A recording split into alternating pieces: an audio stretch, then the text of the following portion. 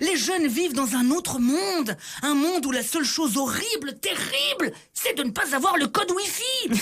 Je vous rappelle qu'ils vivent dans un monde où ils peuvent à tout moment se mettre à danser n'importe où, n'importe quand, n'importe comment, juste pour faire le buzz sur TikTok. Willy Revelli met les points sur les i, matin, midi et soir, sur votre France Bleu ou francebleu.fr. Emmanuel Macron nous a donc donné encore quelques petits coups de fouet supplémentaires. Oh, moi, je commence à aimer ça. Moi, j'y prends goût. Eh ben, je vais te dire, ça, c'est bien fait pour nous. Voilà, c'est de notre faute, tout ça. Oui, nous. Tu sais, nous qui, au printemps dernier, montrions notre pouce levé au personnel soignant en mode bravo, ouais. Et qui, depuis, montrons un autre doigt à ce même personnel soignant. Voilà. Alors, comme il faut toujours un bouc émissaire, au printemps, le Covid, c'était la faute des vieux qui avaient le toupet d'être vieux. Oh, les salauds. Et là, maintenant, c'est la faute des jeunes. Ils s'amusent, les couillons. Ils sont heureux, les couillons. Mais on ne veut pas de gens heureux qui s'amusent dans ce pays. Merde. Enfin, franchement, comment voulez-vous demander à un ado de respecter les gestes barrières alors qu'il respecte même pas ses parents? On va pas lui demander de se laver les mains 10 fois par jour alors qu'il se prend une douche une fois par an. Et encore, s'il a un date avec son crush. Non mais, on a l'impression qu'on découvre les jeunes avec cette pandémie. Mais enfin, c'est ça le but d'un jeune. Un jeune, c'est fait pour faire chier son monde.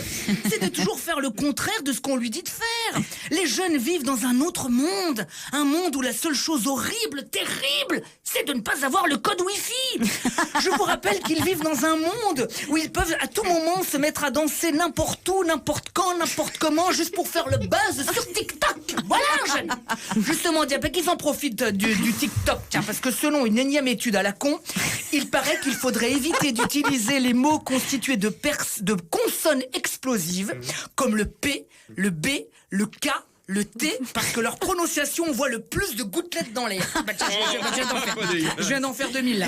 Tiens, par exemple, petit pot de beurre empaqueté dans le popotin de mon papa qui boit dans les pins et qui peint dans les bois où il boit et peint et patati et patata. Bon, même si t'as pas beaucoup l'occasion de placer cette phrase, t'oublies, il y a beaucoup trop de consonnes dangereuses.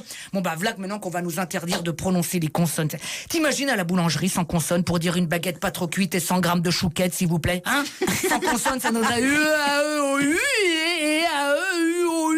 ouais.